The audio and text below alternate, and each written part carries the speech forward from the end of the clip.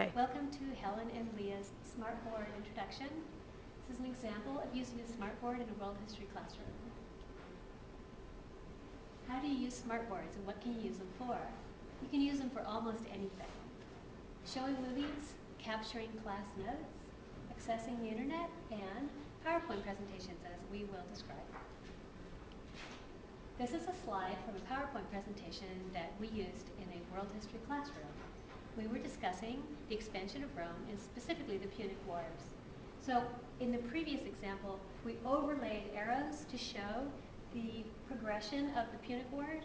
In this case, we can just write on them with an arrow as such. The first Punic War was fought between Rome and Carthage, and it was fought over the island of Sicily. The second Punic War, Carthage decided to make a surprise attack on Rome.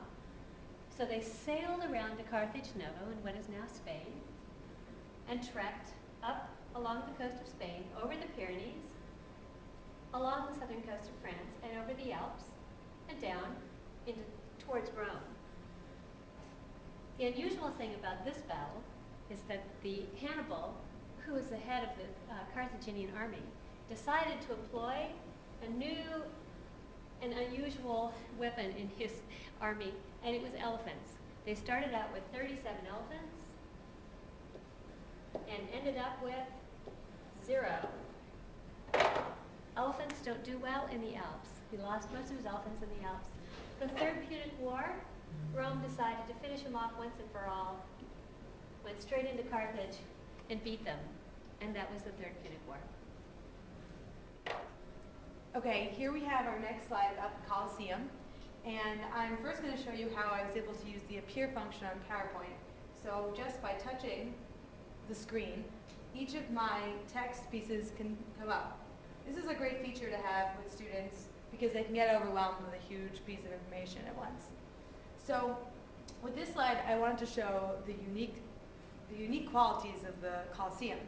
So in the class, when we didn't have a Smartboard, I originally tried to get the students to see point out what they can see about the Colosseum and what's interesting about it. And it's kind of difficult because the picture is not incredibly clear.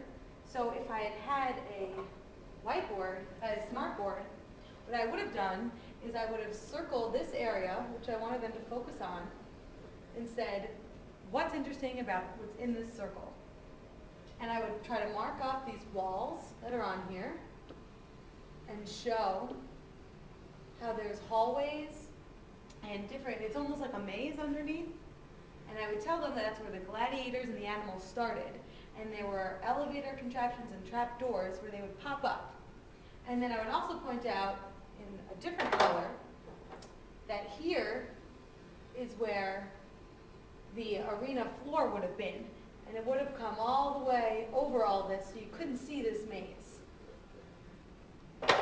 So using an interactive whiteboard for this PowerPoint presentation would have enhanced our lesson 100% because we could have had more student involvement and we could have clearly shown what we were talking about on each slide so that they wouldn't have to go back and ask questions. Each level would have been shown. And then we can capture it and put it on our website for them to look at later.